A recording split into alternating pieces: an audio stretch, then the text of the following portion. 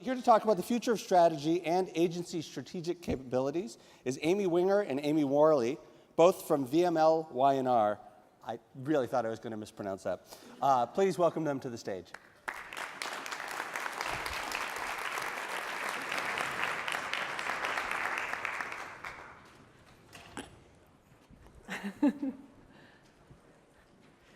Tim, we're glad you made the first VMLY&R joke, so we don't have to. Get that out of the way for us. This guy is so convinced that the Earth is flat that he built a rocket to prove it. To us, today, in the agency strategy landscape, this is very similar to a trend we want to reverse. When people believe a myth, they start to take actions, and myth becomes a reality. What if we accidentally start to actually believe the myths surrounding agency, strategic capabilities, and that becomes a reality? We think that's a vicious cycle. That's when people start building rockets to prove that the Earth is flat. So we're here to dispel a couple of myths and also help you make choices.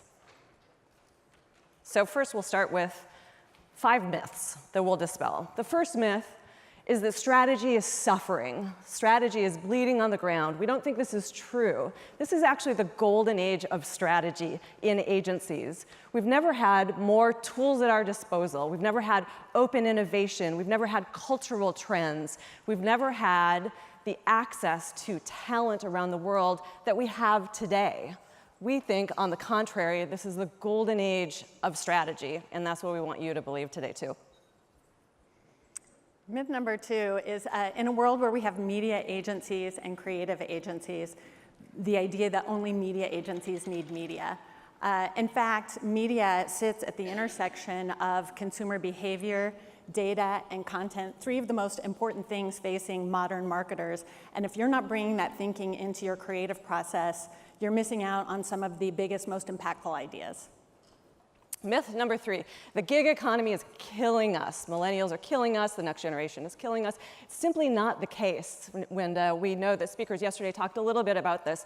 The gig opportunity, theoretically, is the biggest boon to agencies today and in the future. Imagine, for those of us who are Gen X or boomers, imagine if we'd grown up with side hustles. Imagine if we had coached people through that awkward 2 or 3 year period in the agency land when they say, I can't do this anymore, I have to go client side. Imagine if they had a side hustle. Imagine that richer life outside of work and bringing that best self to work every day. We think the gig economy is actually something that's hugely in our favor from a strategic perspective. Myth number 4, strategists live in an ivory tower. Oh, I want to live in an ivory tower. And we've all seen sort of the stereotype of the strategist who goes away into a room and has important thoughts and can drops some knowledge like magic on a team and then disappears. But the reality is that the best strategists and the strategists that we work with really like to roll around and get dirty with the rest of the team. They like to be problem solvers and collaborate and be in the work. So get you a strategist who wants to get dirty. Myth number 5, the answer is always data. Data, data, data.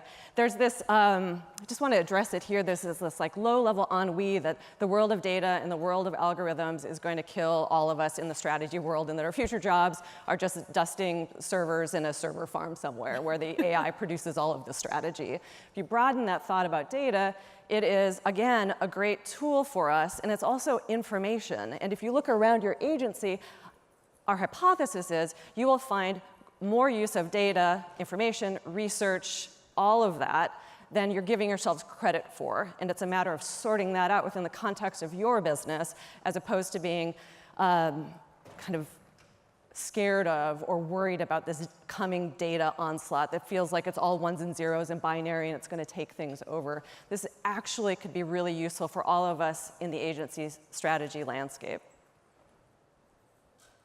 So today, why are we here today? I don't know why you people got up at 8:30 in the morning to listen to us, but what we're hoping to do today is a couple things. One, we want you to, if it's not a eureka moment, at least think about what you want to be, who is your agency, and where you want to grow to, and sort of what are your goals, and then to start making some choices about how you're going to get there.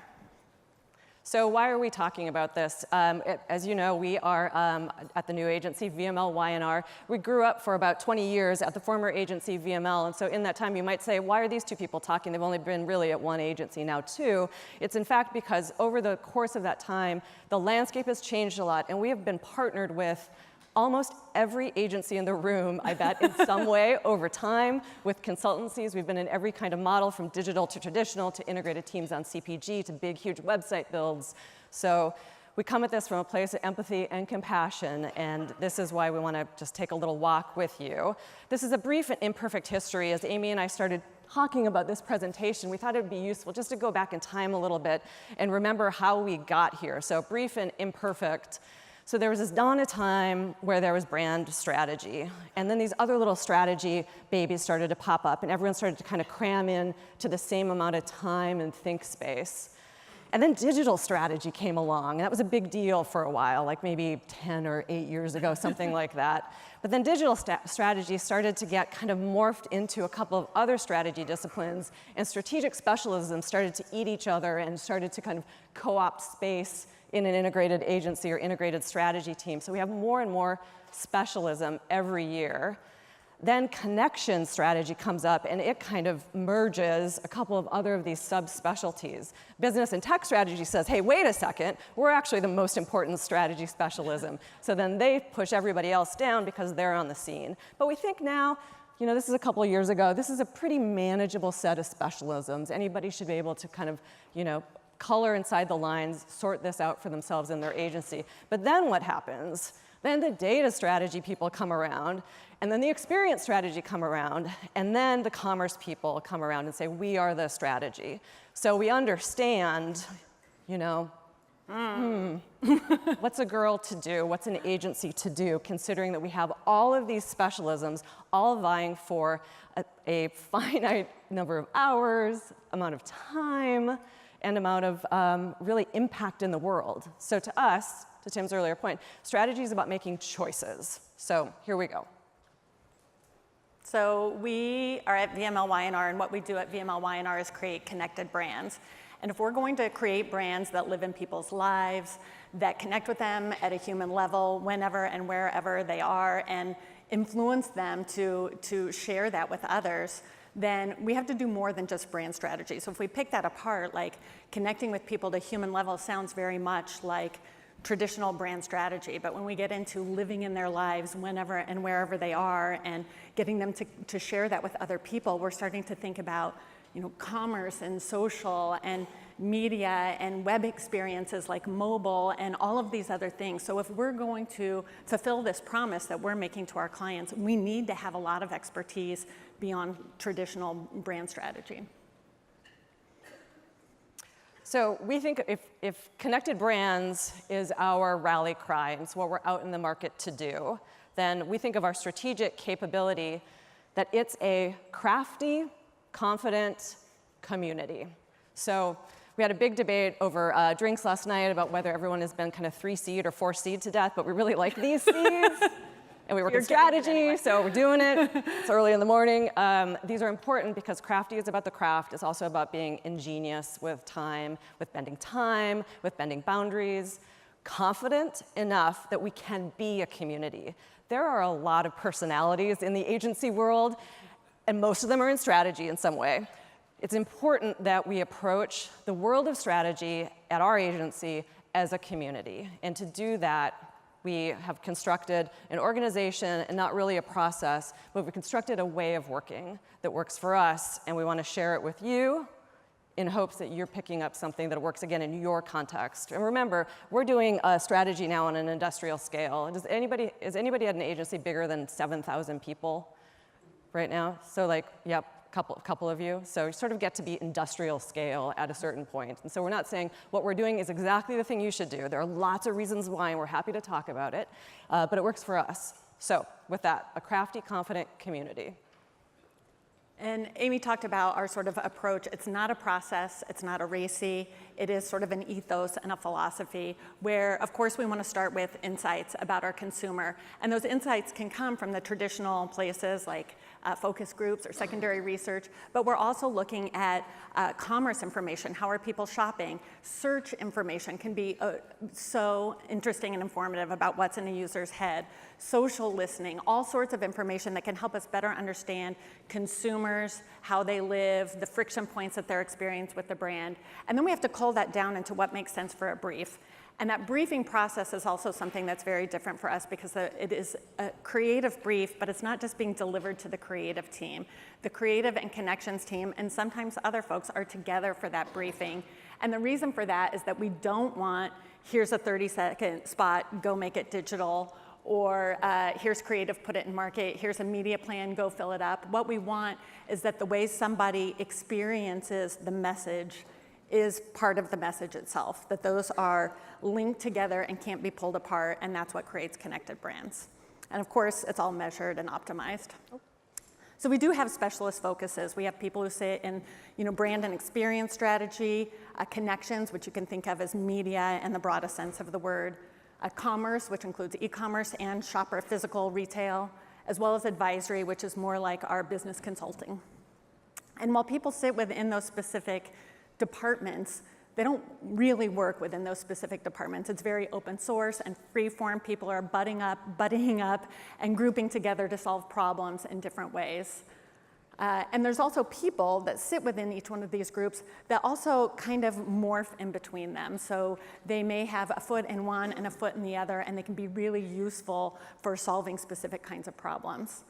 And for sure, the best work we do never comes from one of these groups. It always comes from the places where they intersect and the work that they do together. So you see the 4 specialisms. Depending on what the need is, what the pitch is, what the brief is, what the client relationship is like, we fit for purpose. So if we have a large brand transformation assignment, then we are dialing up brand and experience and advisory, and we're dialing down but not losing these other elements. And all of our actors in our play, so to speak, understand their roles and understand everybody's still important. We just have to dial up and dial down different specialties to make room for the expertise. Same goes for, say, we're launching or promoting a new CPG product, and they want to go beyond traditional distribution channels. We will likely dial up connections and commerce, and we'll dial down these other subspecialties. So it's not necessarily the subspecialties that are the secret sauce. It's that this community understands what it means to dial up and dial down, and what to stand up in the front row or to be in the back seat, and it's all valuable. So we wanted to show you an example of work that comes out of this process. This is a project that we did for the Tennessee Department of Tourism. We are the agency of record for them. We kind of do everything. It's a great lab for us to be able to do some of the coolest work that we do. And you'll see in this the traditional, very emotional connection point, but also developing new technologies and understanding the technologies that we needed to make this happen, as well as the media know-how to get the reach that we needed with something that's more of an experience. This work has won lots of creative awards, including Cannes Lions and an Effie. You can go and, oh, that's not ours. That's not it. Ah. Good.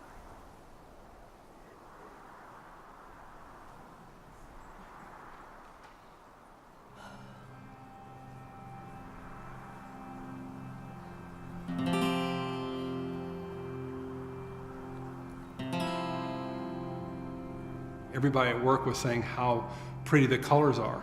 You don't know that you're missing it because you never saw it to begin with. I remember being in like kindergarten and like having to read the labels on the crayons. I took a test. There were 50 pages. Normally, if you're colorblind, you miss 7 or more.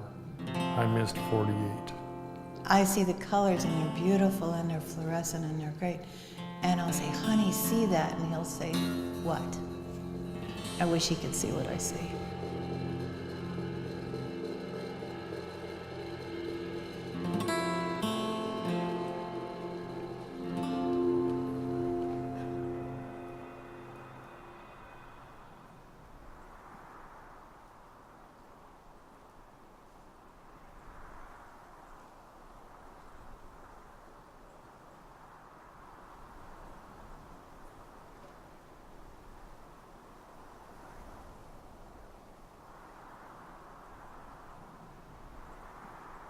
Wow.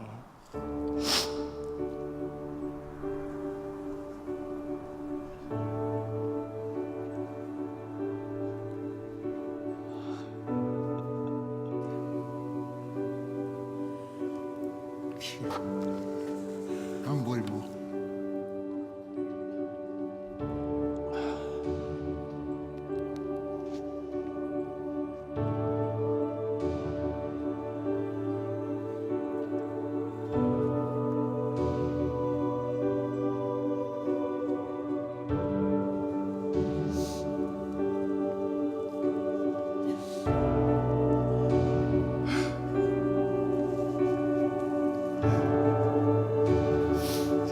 Thank you. Wow. That's.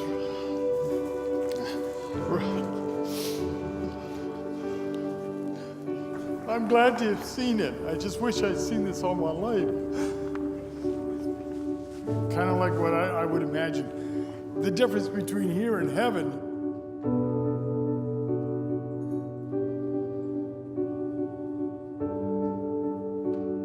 I mean, I really feel like now I know why people come from miles and states around just to see this.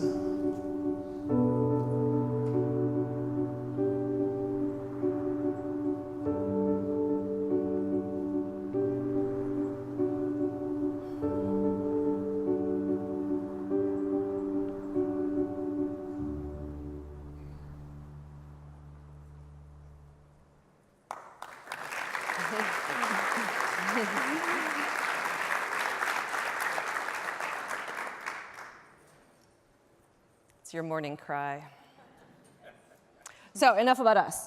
What do you want to be strategically speaking? This is our topic for today, and really our theme is about making choices. We believe in this world where there are almost infinite choices or limitless choices for how to approach a problem, how to solve for an opportunity. Strategy is more important than ever because a great strategy function should help make choices, people make good decisions every day, not make the decisions for them, help people make the best decisions possible at our agencies, our partners, and for our brand partners. So we have a diagnostic here. First step for making choices, this clear understanding of what business you're in and what business you are not in.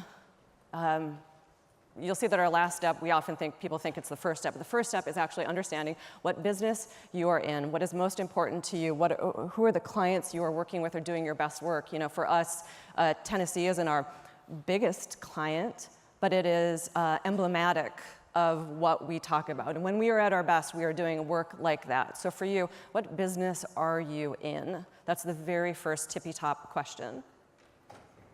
The next is, what is your culture? So if you are an agency known for proprietary processes that you train everyone and follow to a T, that's going to lead you in one direction. If you're very entrepreneurial and like to create things from scratch, that's going to lead you somewhere else. But it's really important to know the context of the culture you're working within as you make decisions for the agency.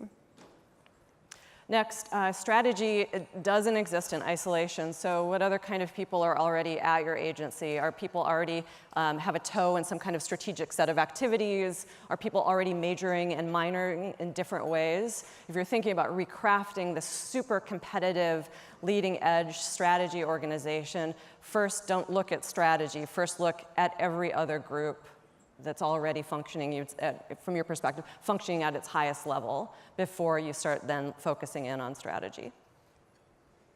And speaking of groups that surround it, account management is one of them. So are account managers at your agency business strategists who are really leading thinking with the clients? Are they salespeople? Are they project managers? We've seen this take a lot of different roles, and the training and the expertise that they bring to the table will vary. And we say this also with a lot of empathy. When we started a long time ago, we were both account people. So we're not here to say get rid of all your account people. Just make sure that they, too, are fit for purpose, whatever that purpose is. And then next, really, what do you want to be famous for? Is it for creating connected brands? Is it for a niche specialty? Knowing what that famous point is for you as a leader will also help guide what strategy means to you, what the most competitive strategy organization means to you for your agency. And finally, the big question, build or partner, that we all get to. So I'm actually going to start with partner. If you are doing a lot of things that you need to do to serve asks that you're getting from clients, but they're not really in line with where you want to be when you grow up or what you think your agency is all about, you need to find the right partners. And Marla mentioned yesterday that front runner's partner. So it's hard to find the right partner because you want somebody who is not just coming in after the idea is already baked and finishing it for you. They need to be able to collaborate with you early on and help shape the idea. So you might have to try a few partners on for size before you find the right one, but ideally you find someone who can work with you on an ongoing basis to grow business and sustain business. Now to build, if you see something and you're like, I know we want to be able to do this in the future, whether that's commerce or digital experiences or media or whatever it might be, and you know that you need to start building now to get there if that's what you want to be when you grow up, there's a couple of different ways you could do that. One would be to find the people who do sit in between right now, who maybe have a side hustle in that space or a passion for something, and let them start developing it until you have enough scale to hire more people. Another, if you need to get there more quickly, might be to hire sort of a player coach who can come in, they're going to have to get dirty, they're going to be the only person there that's doing that particular role, but they're also going to be eager to hire in and build a practice as time goes on, and that's another option. As we were thinking about this part of the presentation, we were thinking, if we were to go back in time, what would we recommend to our former selves? And the idea of having a sort of a Bill and Ted thing, but with us, Amy and Amy, we would have paid more attention to having somebody at the agency more dedicated to great partner relationships. Because of the gig economy, because of all of these great things we thought were myths that are actually strengths, there are great specialist and subspecialist agencies. If you need a data science partner, there is a great data science partner for you out there. They may not be the Gartner, Forrester Wave winner, but they might be the right one for you. And somebody at your agency needs to spend as much time as you spend cultivating new client relationships, really cultivating and understanding the landscape of potential partners to find the best fit for you when you need it. Because your organization, this is something we know to be true, the organization can and probably should change every year. So these are not fixed roles. You're not actually putting bricks in a wall. You're constructing something that's more fluid and flexible, bless you. So I think that's it from us. We hope that what you have taken away, we have a slide here? The earth is not flat, strategy is not over. There's a way forward on this beautiful big blue marble we call Earth for all of these strategy disciplines to live at an agency from 7,000 to 5 people. We're absolutely sure of it. That's all we have.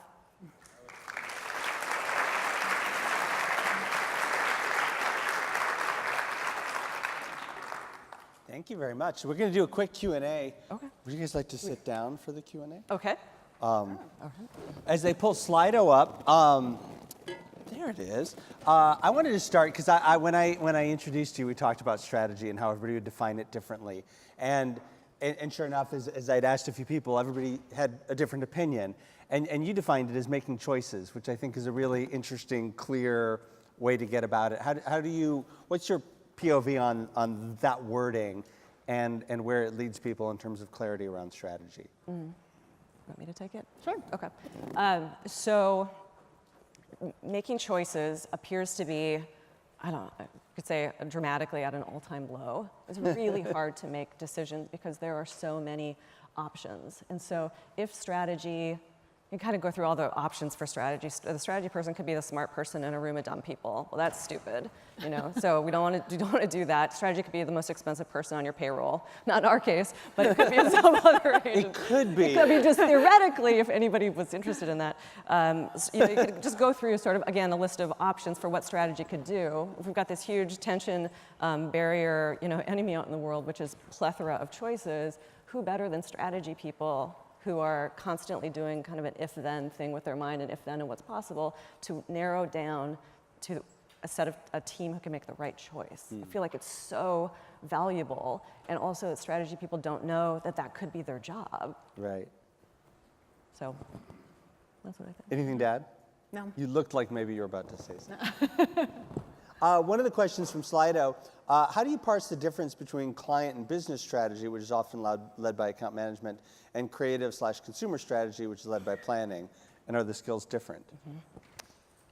We do have an advisory offering, which is more like a consultancy and designed to go in and help clients look at their organizational structure or their product rollout plan, or like to build whole new infrastructures internally, and then teams that are working to solve different kinds of business problems more related to how are we going to influence the behavior of consumers.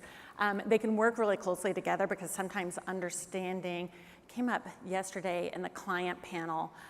One of the clients said, know us well, including know how we make decisions. Having those advisory team people can really help us understand the process inside on the client side, excuse me, and how they're making decisions and how we can take our recommendations and the information we have and best help them make decisions within their internal structure. So as far as like making choices go, we can present the information in such a way that we know how decisions get made inside that organization and can help them with that. Mm-hmm.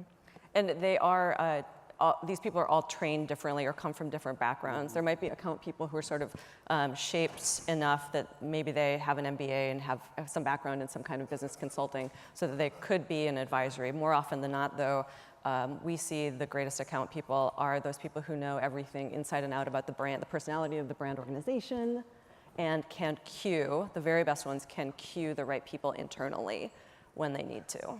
But the training is very different. The profile of someone who's in our business advisory group versus someone who's in our client engagement group, different. And the second part of the question, Are the skills? yeah. Yeah. Yeah. I'm curious too. You have, those two instances of strategy, and then you showed a slide with 86 more. Yeah. How do you have specialists that do each of those different things? Are they just shades? How do you get, anytime you have a meeting with more than 5 people in it, it's kind of a waste of a meeting. How do you get everybody to collaborate together and bring those different points of view of specialties? That is the question, is when do you bring which people to which meeting so that it can be productive and you get things done, but you also have the right expertise in the room. That is a constant orchestration of making sure we're getting the right expertise, but then when people can go in and out and we can take the information and the strategy that they gave us and work it into a program. The collaboration part isn't hard for us because I think it's just kind of baked into our culture. People are used to working that way. But it is tough to say the when and where, when does this piece come in? And the more you do it, you kind of come along some repeatable practices about how and when and how you can get into a flow with it. But the first few times it can be painful. Mm-hmm. We have a mantra we've been using for about 8 months, which is assume best intent. And so if anyone gets their nose bent out of joint about not being invited to something, we say, remember, assume best intent. Assume he didn't know to invite you. I always say assume positive intent. That's totally. a big, I love Just that mantra. It's chill out. In advertising with clients, it's a great mantra. Similarly, one of the questions here is how do you combat clients saying that they don't want to pay for strategy at multiple agencies, much less 85 strategies at one agency? Mm-hmm. Mm-hmm.